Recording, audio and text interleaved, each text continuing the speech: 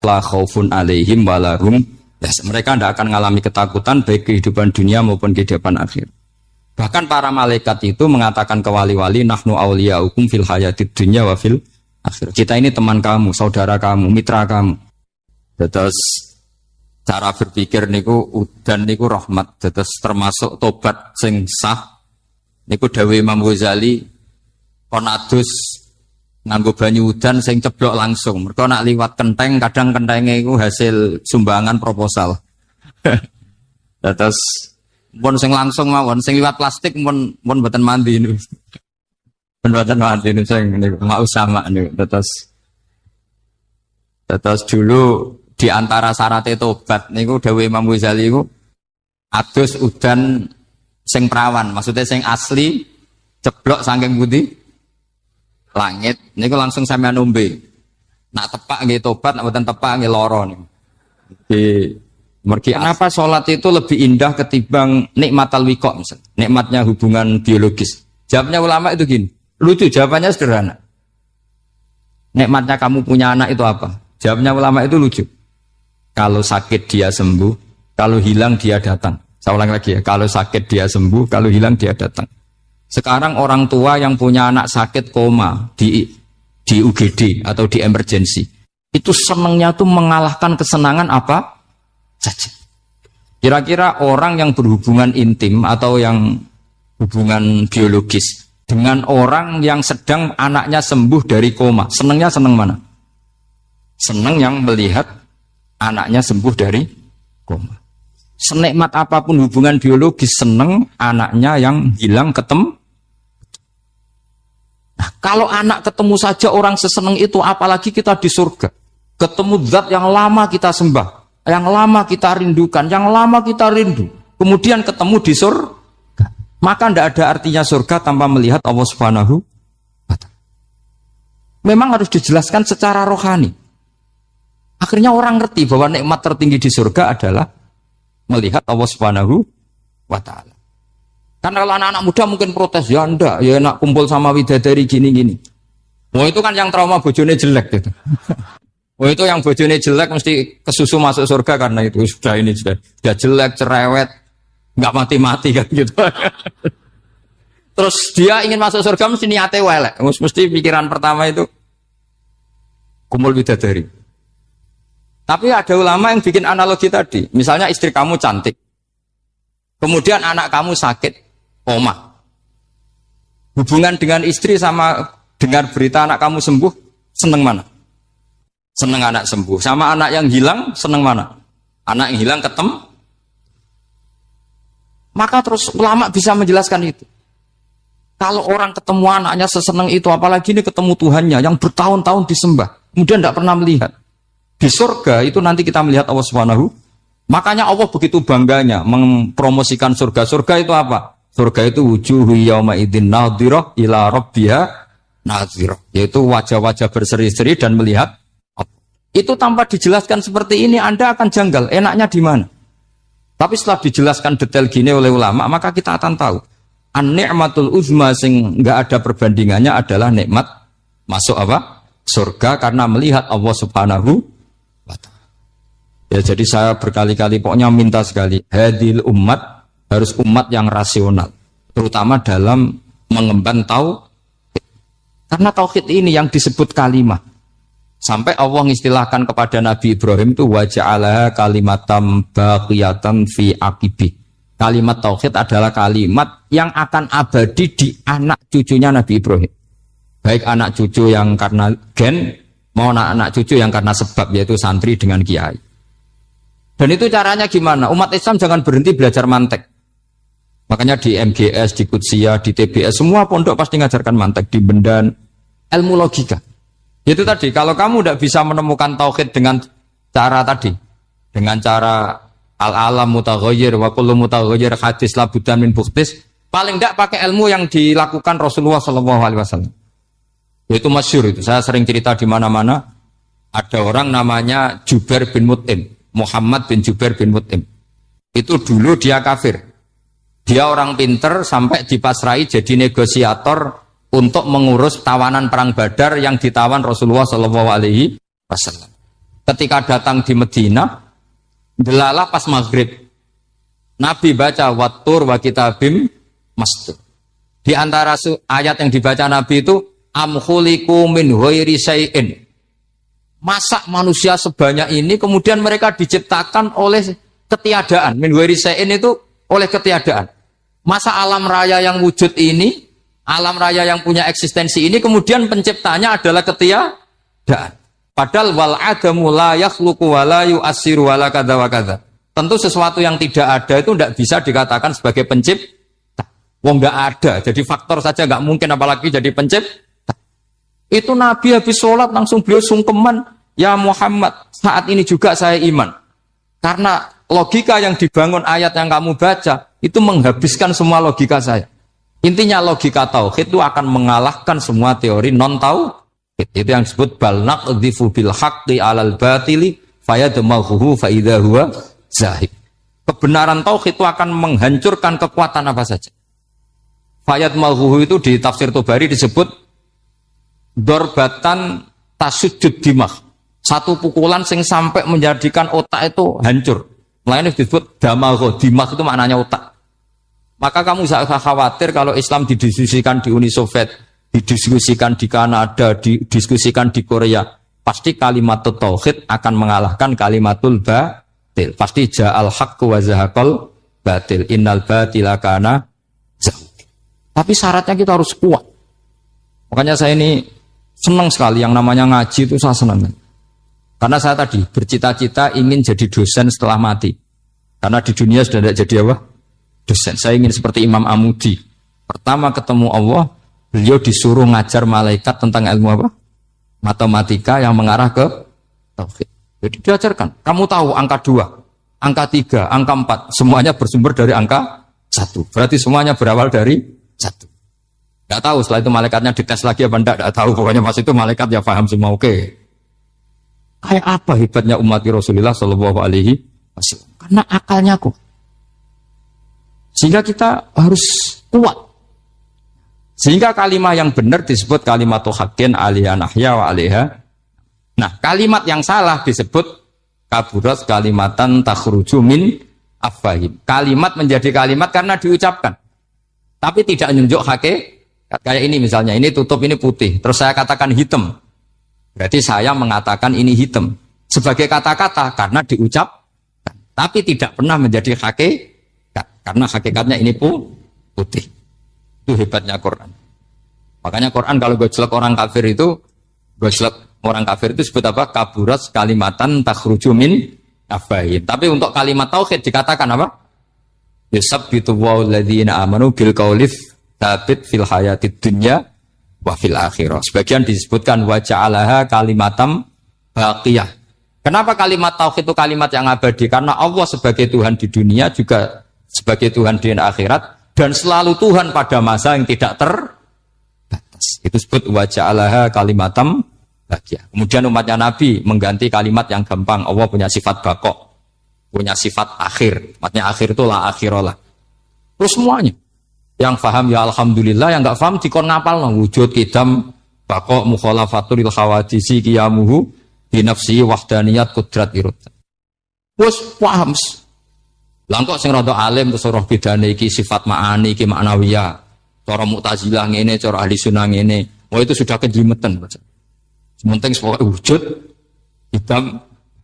Nah, kenapa pertama yang disebut wujud? Karena yang membedakan kita dengan paham ateisme itu ya sifat wujud. Yaitu mereka mengatakan alam raya ini dimulai dari ketiadaan. Wah itu akal mana saja itu nggak bisa nerima. Masa ketiadaan menciptakan sesuatu yang ada. Maka kata Ibnu Hajar al-Asqalani ketika mentafsirkan mensarai hadis, salasun mangkunna fihi wajata halawatal iman. 3 hal ini kalau kamu faham maka menemukan manisnya iman. Manis. Manis itu enak. Terus kata Ibnu Hajar al-Asqalani, saya masih ingat betul dalam sarahnya Fathul Bari, wa yusamma inda ahlil aql, misalnya al-iltizat al-aqli. Agama ini mengajarkan kenyamanan cara berpikir.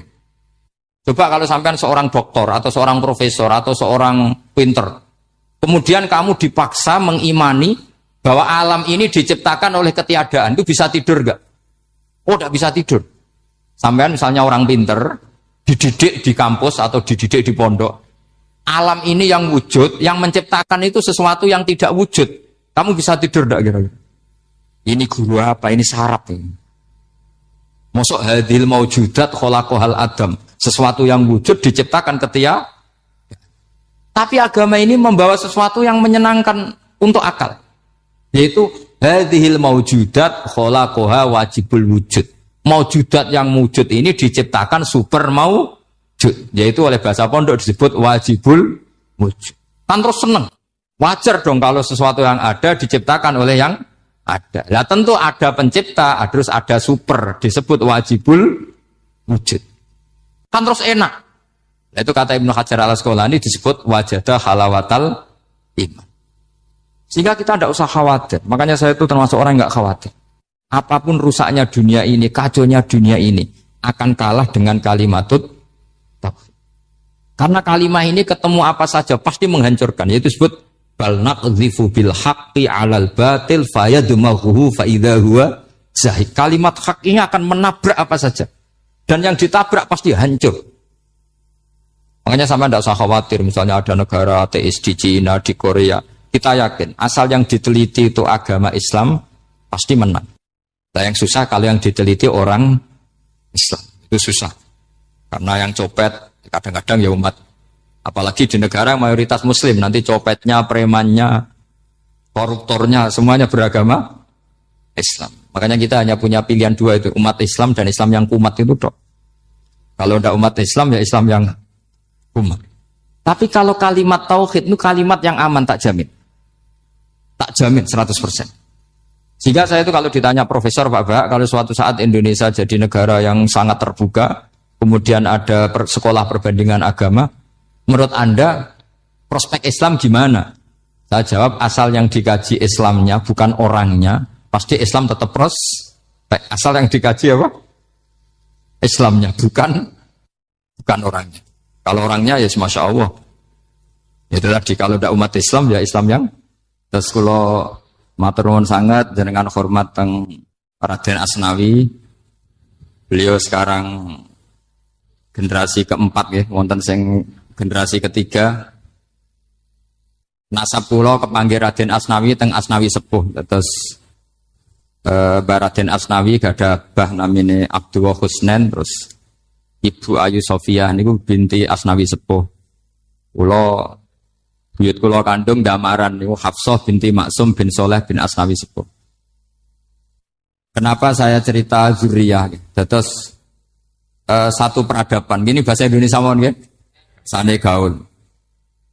Satu peradaban itu yang bisa bangun itu zuriyah. Zuriyah itu komunitas gen. Meskipun nanti komunitas gen itu bisa disadap atau dibajak oleh orang-orang yang tidak gen. Jadi agak ilegal tapi itu sah. Karena sampean bisa misalnya kalah nasab sama saya, misalnya bilang nanti ketemu di Nabi Adam saja Gus gitu. Nanti pasti kita ketemu di siapa? Nabi Adam. Terus kedua, kekalahan nasab itu udah abadi karena nanti setelah jenengan ditanya di kuburan, bapak kamu siapa? Itu disuruh jawab Nabi siapa? Ibrahim. Terus kekalahan nasab sampean nanti berakhir di kuburan karena nanti dijawab siapa bapak kamu? Disuruh jawab siapa? Nabi Ibrahim. Jadi yang punya bapak Karmen apa itu sudah selesai, sudah nggak dipakai lagi. Nanti pakai siapa? Nabi siapa? Ibrahim. Nah, kenapa saya cerita bahwa nasab gen itu akan disatukan oleh satu visi ilmiah yang objektif. Gini ku jawe Nabi Yusuf, wattaba'tu millata abai Ibrahim wa Ishaq wa Yaqub. Terus dawe Nabi Yusuf, maka nalana an nusyrika billahi min syai. Jadi saya ngikuti leluhur saya. Ini dengerin ya, saya ngikuti leluhur saya, yaitu Nabi Yakub bin Ishak bin Ibrahim. Leluhur saya itu siapa? Maka nalana an nusyrika billahi min syai, yaitu keluarga besar yang tidak pernah melakukan kemusyrikan. Ya, keluarga besar kami punya tradisi tidak pernah melakukan kemusyrikan. Dan bahkan itu dibahasakan Tidak mungkin kita ini melakukan kemusyrikan. Maka nalana itu kira-kira kalau bahasa Indonesia itu kita ini tidak mungkin melakukan kemusyrikan. Nah, kenapa demikian? Itu berangkat dari logika yang permanen. Disebut yusabbitu Allahu alladziina aamanu bil qouli tsabiti fil hayatid dunya wa fil akhir. Logika permanen itu begini misalnya. Kita ini kan hidup dari bapak dari ibu terus sampai Nabi Adam. Kemudian setelah Nabi Adam ini berakhir, kemudian kita mau tidak mau berpikir Nabi Adam itu siapa? Terus diterangkan ternyata Nabi Adam itu satu makhluk hidup yang mulanya dari tanah. Lewat wahyu Allah, lewat titah Allah kemudian jadi manusia yang bernama Adam. Sebelum Adam ada bumi, ada langit, ada cakrawala macam-macam. Kemudian itu kita rumuskan lagi, asal usulnya adalah tidak ada. Adamiyun makhdun. Akhirnya kita tahu bahwa alam raya ini diwujudkan setelah dari tidak ada. Nah tentu terus kita berpikir, dari tidak ada menjadi ada itu pasti penyebabnya adalah sesuatu yang ada.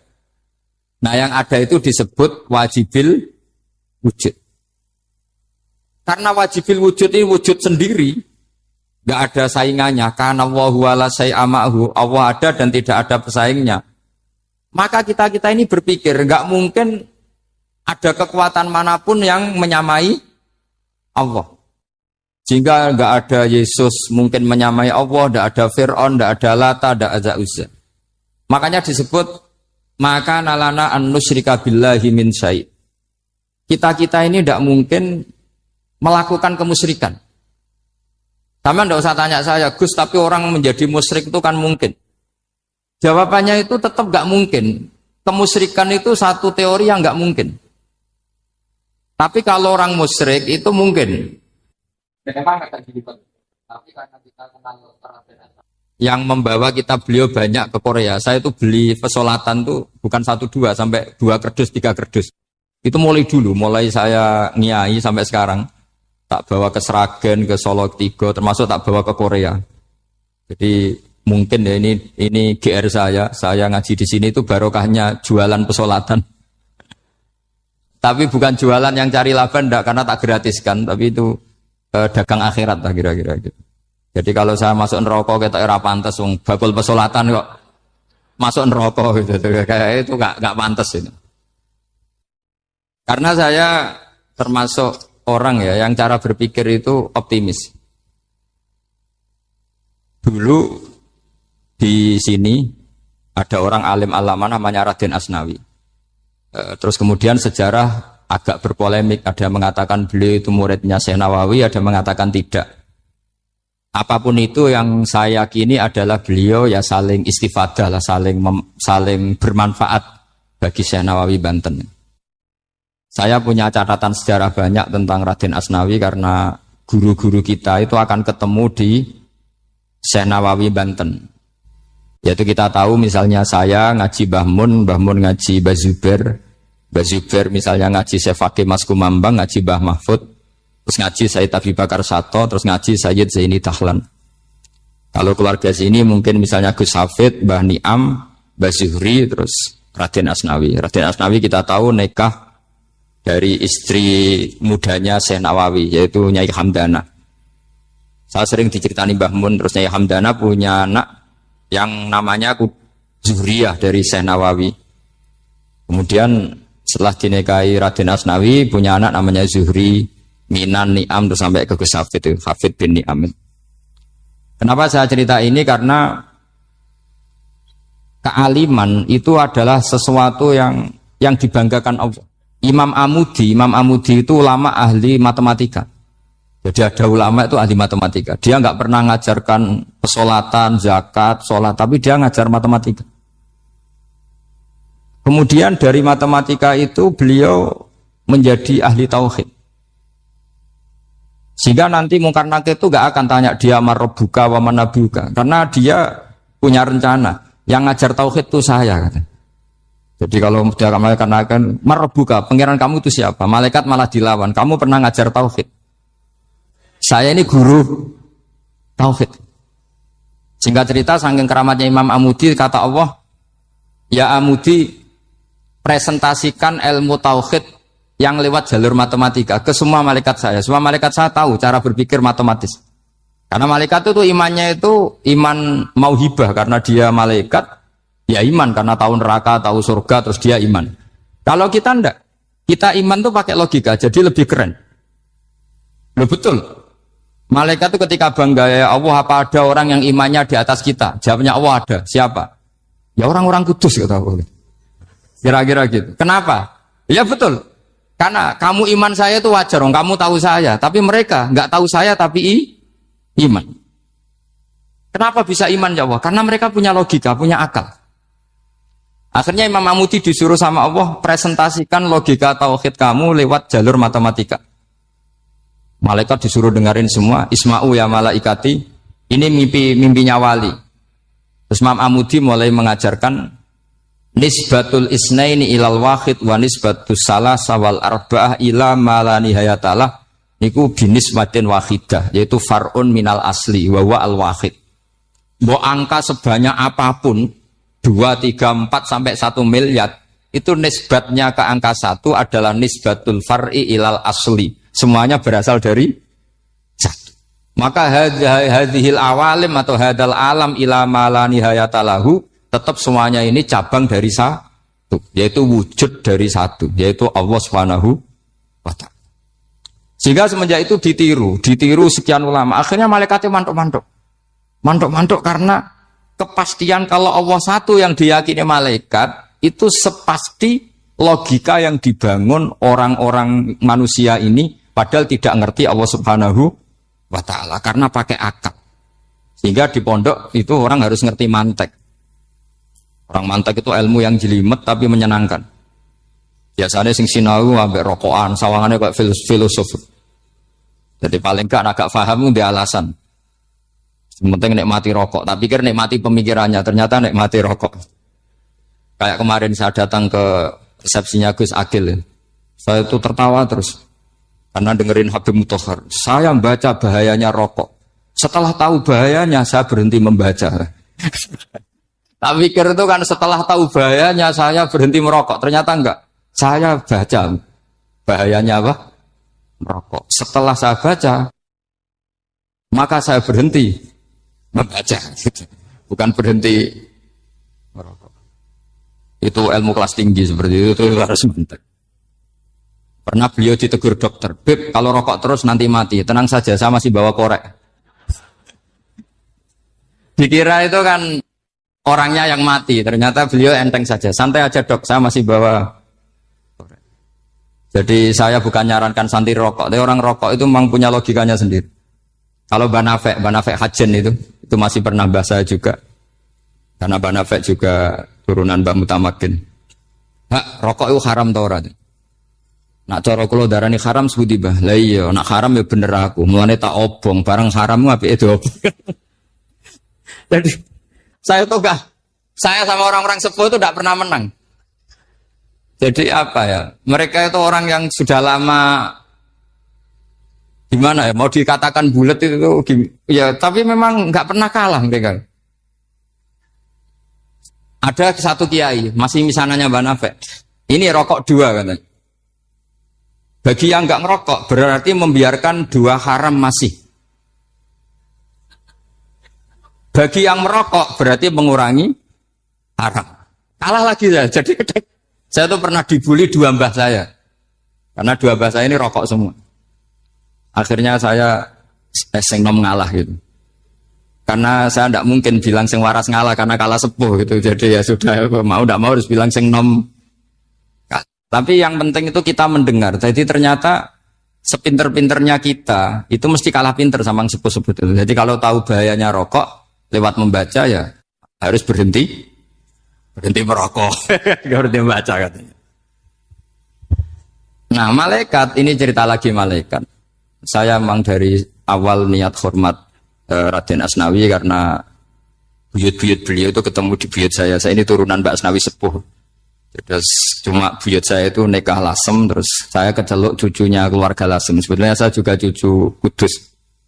Tapi terus alhamdulillah sekarang kembali karena buyut saya menyuruh saya ngajar di Damaran, terus sampai sekarang saya ngajar di Damaran. Jadi buyut saya itu masih lahir di Damaran. Namanya Mbak Hafsah, itu Hamsah binti Maksum bin Soleh bin Asnawi Sepuh. Sama seperti nasab di sini Raden Asnawi, Mbak Abdul Husnan, terus Nyai Ayu Sofiyah, terus Mbak Raden Asnawi. Saya mau cerita, jadi ilmu itu lebih keren kita. Sehingga Rasulullah SAW pernah ngendikan, saya ini rindu sekali li ikhwani, kata Nabi itu ikhwani. Kata sahabat bilang, alasna ikhwanaka ya Rasulullah, bukankah kita ini saudara kamu, saudara engkau ya Rasulullah? Tidak, antum ashabi, kamu itu sahabat saya. Siapa teman-teman kamu itu ya Rasulullah? Yaitu kaumun yang tidak melihat saya, kemudian iman kepada saya. Jadi mereka seperti kita semua di Kudus ini tidak melihat Rasulullah SAW, tapi iman sama Nabi. Dan ketika malaikat yubahi bikum malaika, Allah bangga dengan malaikatnya, membanggakan kita. Sampai malaikat itu sentimen, kok bisa ya Allah? Ya karena tadi, kamu iman sama saya wajar. Karena kamu melihat surga, melihat neraka, melihat aras. Sementara orang Kudus coba ngelihat apa? Paling simpang 5. Apa simpang 7 itu? Tapi imannya nggak kalah dengan malaikat. Kenapa nggak kalah? Karena tadi, kita diajarkan bahwa nisbatul isnaini wassalasah wal arba'ah ila ma la nihayatalaha itu sama-sama nisbatul far'i ilal asli. Tetap yang asli adalah angka 1. Jadi nggak mungkin aslu hadhil asya nggak dari Allah itu. Nggak mungkin, tetap dari zat yang satu. Kemudian tentu ini bukan nisbatul walad ilal walid, anak ke bapak tentu enggak, tapi nisbatul khaliq sama makhluk. Tapi apapun itu pasti satu. Sehingga Imam Amudi akhirnya masuk surga lewat jalur itu. Tidak usah lewat pertanyaan man rabbuka wa man nuka. Kelasnya disuruh ngajar malaikat. Saya punya rencana jadi pengajar malaikat nanti itu kan. Jadi orang-orang Kudus yang dapat barokahnya Raden Asnawi nanti jangan mau kalau ditanya man rabbuka wa man nuka. Kelasnya itu harus apa? Jadi gurunya malaikat. Karena bapak kita Nabi Adam itu keren. Nabi Adam itu adalah orang yang disuruh Allah dipresentasikan, dibanggakan Allah di depan para malaikat. Ketika ada malaikat yang agak hasut, tapi itu tidak malaikat papan atas, malaikat yang kebanyakan. Itu kan agak gak terima Nabi Adam jadi apa? Khalifah. Sampai malaikat ini usul ataj'alu fiha mayufsidu fiha wasfikut. Makanya kalau saya protes sama malaikat itu malaikat yang ini, bukan Jibril sama Israel. Kalau protes Israel bahaya. Bisa dihabisin. Saya pernah ditanya seorang kiai, Gus, jenengan gojlok malaikat kok berani? Ya karena malaikat yang jenis ini pernah gojlok Nabi siapa? Adam. Enggak percaya kalau Nabi Adam itu layak mimpin sampai protes ataj'alu fiha mayyufsidu fiha wasfikut. Tapi apa yang terjadi? Allah mengajarkan satu ilmu di Nabi Adam kemudian disuruh meresentasikan. Qala ya Adamu ambihum bi asma'ihim. Adam, coba kamu presentasikan ilmu kamu. Karena Nabi Adam fasih mempresentasikan ilmu, kata Allah, kamu bisa enggak sepinter Nabi Adam? Enggak bisa ya Allah. Makanya sudah saya bilang, ini a'lamu malah. Saya lebih tahu siapa yang layak mimpin. Jadi layak mimpin itu pertama harus kuwatul ilm. Ilmunya itu harus kuat. Nanti saya akan cerita hubungannya Raden Asnawi dengan Syekh Nawawi. Apa itu hubungan teman, apa murid guru, itu memang masih jadi polemik sampai sekarang. Kalau saya ya keyakinan saling istifadah. Ini bahasa netral, tidak murid guru tapi saling apa? Istifadah. Kata Syekh Nawawi dalam tafsir Munir itu, ilmu itu nomor 1. Sehingga beliau setiap ada ayat fa inna hizballahi humul ghalibun, beliau pasti menafsiri bil hujjah wal barohin la bisaulah. Saya masih ingat betul takbirnya, memang saya hafalkan. Tapi bukan untuk modal pidato, boten. Modal sebagai wong alim. Kalau pidato gampang. Pidato itu semua orang bisa. Kalau jadi orang alim itu tidak gampang. Lebih susah lagi wong alim berpidato. Itu kalau nggak pernah mbah saya tidak mau. Karena memang saya terkenal nggak suka pidato. 1 memang nggak bisa. Nomor 2 tidak ingin. Nomor 3 ya rugi. Karena pidato itu nasib-nasiban. Kalau nasib baik kamu tidak paham itu, wah Gus Pak ilmunya tinggi sehingga kita tidak paham itu kalau nasib baik. Kalau nasibnya ada baik, nak ngendikan bulat sama itu tepat-tepatan. Dan Syekh Nawawi itu benar, Raden Asnawi juga benar, semua guru-guru kita benar. Karena agama ini sebetulnya bukan masalah negara, tapi masalah logika yang sehat. Uni Soviet itu pernah mengkooptasi Uzbek. Ceknya, Tajikistan. Itu 100 tahun. Orang dipaksa ateis. Tapi orang-orang Uzbek, saya sering ketemu ulama Uzbek, kadang ketemu di Korea, kadang di Malaysia. Orang-orang Uzbek itu punya basement di bawah tanah. Kemudian di bawah tanah ini mereka ngajarkan tauhid. Ngajarkannya ya gampang. Misalnya, ini sesuatu yang ada. Ya ini. Ini ada penciptanya enggak? Ya ada. Siapa? Tukang katanya. Yang penting itu enggak ada logika bahwa sesuatu yang ada disebabkan oleh ketiadaan. Lah orang komunis, orang ateis itu orang yang mengatakan alam ini didahului oleh nihilisme, oleh adamiyah. Masuk akal enggak sesuatu yang ada, penciptanya sesuatu yang tidak ada. Sehingga orang anak-anak Uni Soviet itu enggak pernah kepikiran membenarkan ateis itu enggak pernah. Bareng Uni Soviet ada itu Glasnost Perestroika itu kemudian hancur, semuanya langsung menjadi negara Islam, termasuk Uzbek, Tajikistan, karena diajari ilmu. Bahwa ilmu itu yang nggak pernah kalah oleh negara. Sehingga saking pedenya Rasulullah SAW ketika Sulhul Hudaybiyah, ini agak jelimet, tapi gampang dicerna. Sulhul Hudaybiyah itu satu perjanjian yang semuanya merugikan Rasulullah. Yaitu kalau orang kafir masuk Islam disuruh kembalikan ke kafir. Karena kafir itu bagi mereka habitat. Islam itu hal yang baru. Tapi kalau orang Islam menjadi kafir, nggak boleh kembali Islam. Berarti kembali ke habitat. Semua perjanjian itu merugikan. Sampai masyhur Sayyidina Umar protes ke Rasulullah. Jenengan masih Nabi. Itu kan ekstrim tanya. Jenengan sampai sekarang masih Nabi. Ya, saya masih Nabi. Kenapa tanya demikian? Karena semua perjanjian merugikan Islam, menguntungkan orang apakah? Semua sahabat sebetulnya persis Sayyidina Umar protes, kecuali Abu Bakar. Lama-lama akhirnya di antara perjanjian itu berbunyi begini. Tapi saya minta satu hal. Orang boleh mendiskusikan Islam tanpa tekanan. Itu saja permintaan Nabi. Orang boleh mendiskusikan Islam secara bebas, tidak tertekan. Karena orang-orang kafir melihat itu hal yang biasa. Ya nggak masalah Muhammad. Akhirnya orang diskusi. Islam itu apa sih? Islam itu orang yang menuhankan Allah. Allah itu siapa? Zat yang menciptakan langit dan bumi. Lama-lama orang kafir berpikir, wah keren. Tuhannya Muhammad bisa bikin langit dan bumi. Nggak kayak Tuhan kita, malah kita yang bikin. Jadi mulai debat itu mulai. Terus ada yang cerita lagi. Saya pernah loh nyembah Lata pas itu dikencingi luwak. Masa ailahun ya bulu ali sa'laban, masa Tuhan kok dikencingi luwak? Yang agak-agak ahli kitab ya diskusi lagi. Wah kayaknya Yesus tidak Tuhan. Masa Tuhan kok kelaparan, lemes, wah repot nanti. Jadi makanya Allah ketika gojlok wa ummuhu siddiqah kana yakulani ta'am. Mal masihu ibnu Maryam illa rasul qad khalas min qablihir Rasul wa ummuhu siddiqah kana yakulanit. Coba paradok enggak misalnya. Kamu didolani Nabi Isa terus ketok lemes. Kenapa? Tuhan, saya agak sakit keroi dulu. Kan enggak kebayang itu. Punya Tuhan yang sakit setelah makan sehat terus. Kan enggak kebayang seperti itu.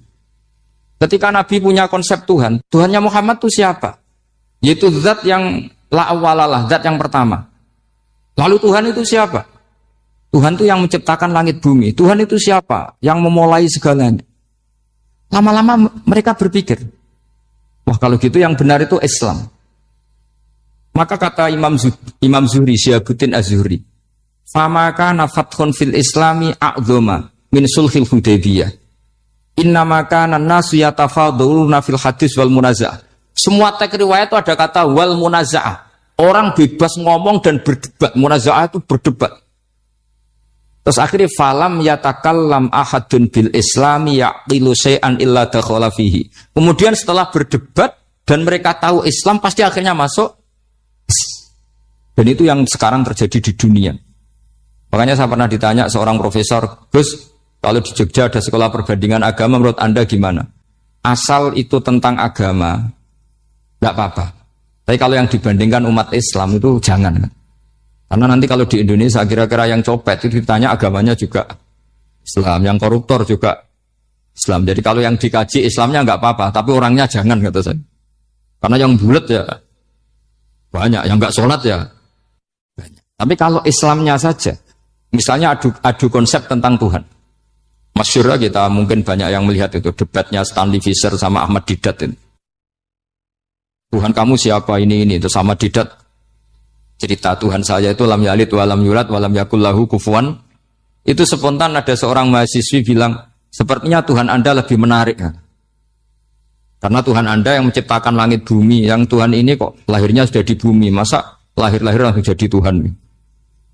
Jadi akhirnya falam yatakallam ahadun bil islami yaqilu syai'an illa dakhala fihi.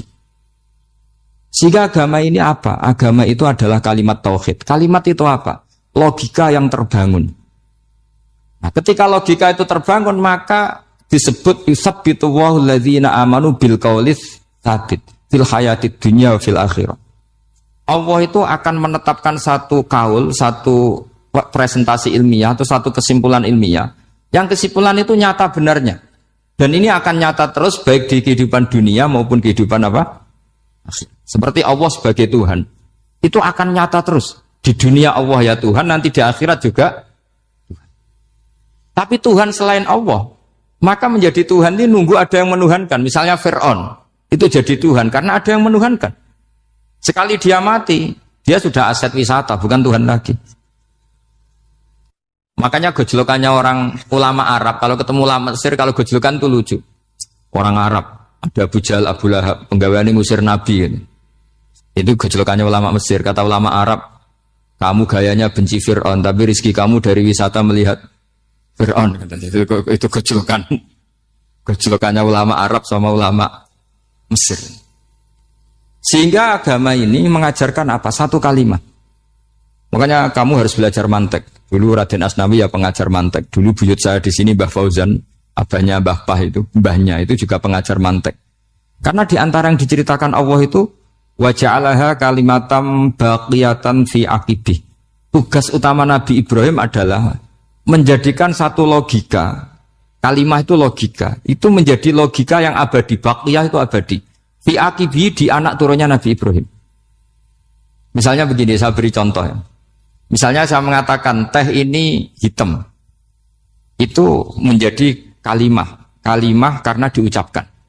Tapi tidak menunjuk hakikat karena tehnya berwarna apa? Kuning.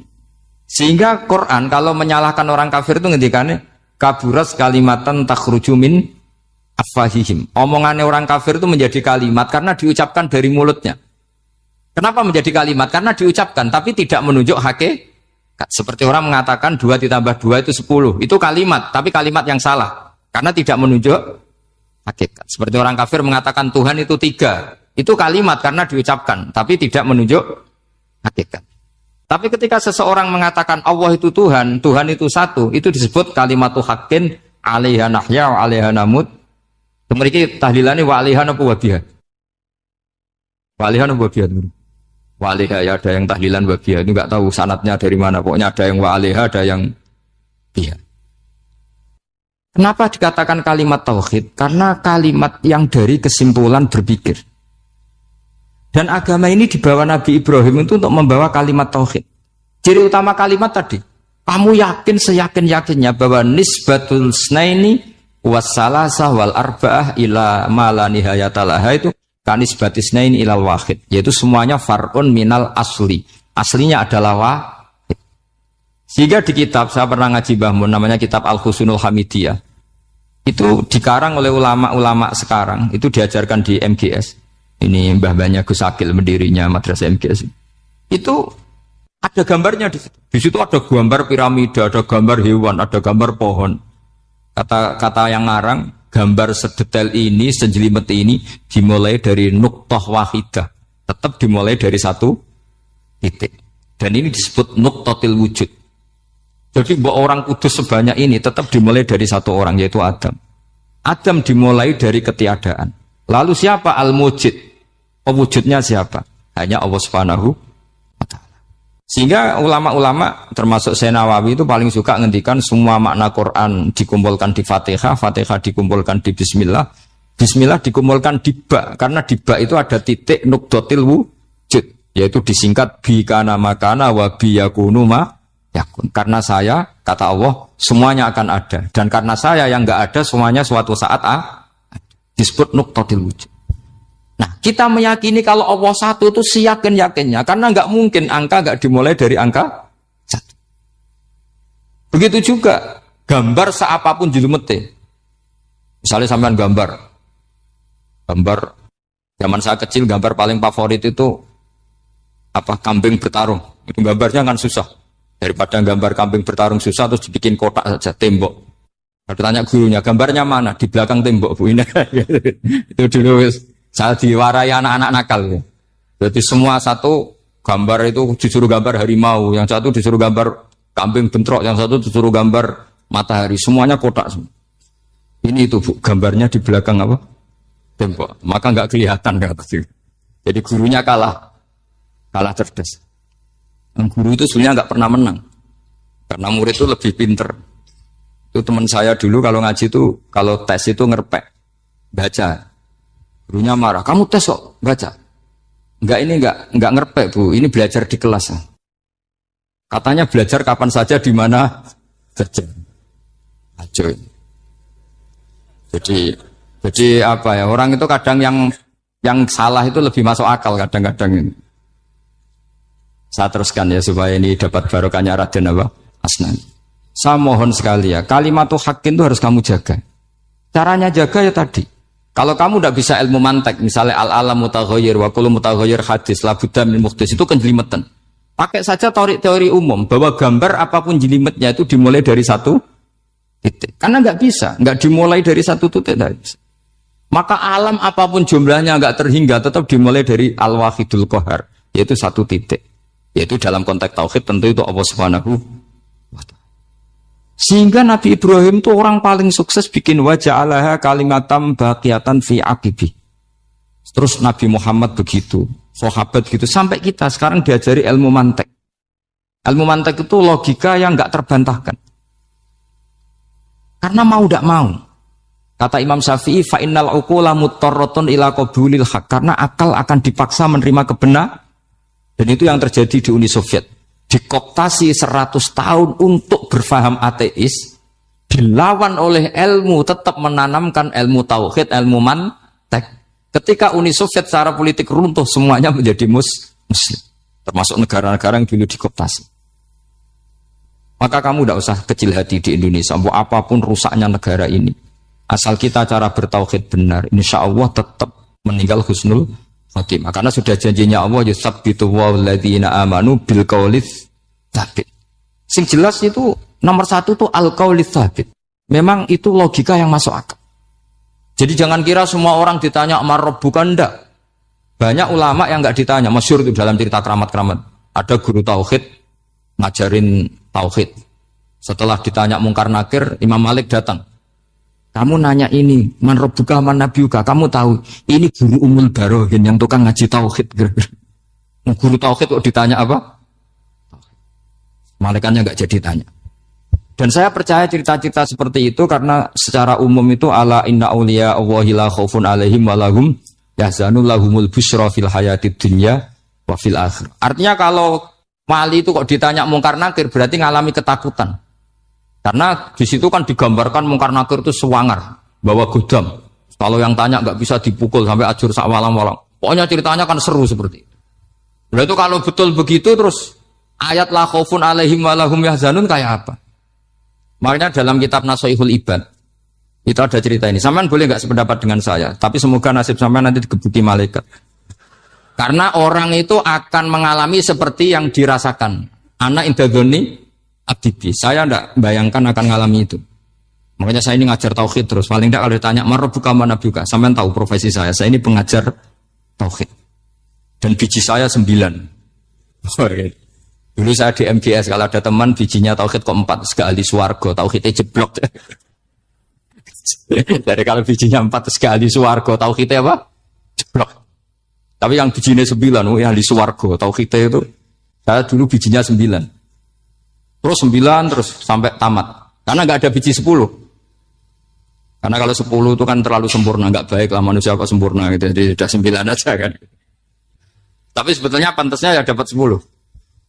Bemergo saake, bemergo tenan, tidak tahu saya. Di Nashihul Ibad itu ada cerita gini, dan saya percaya itu.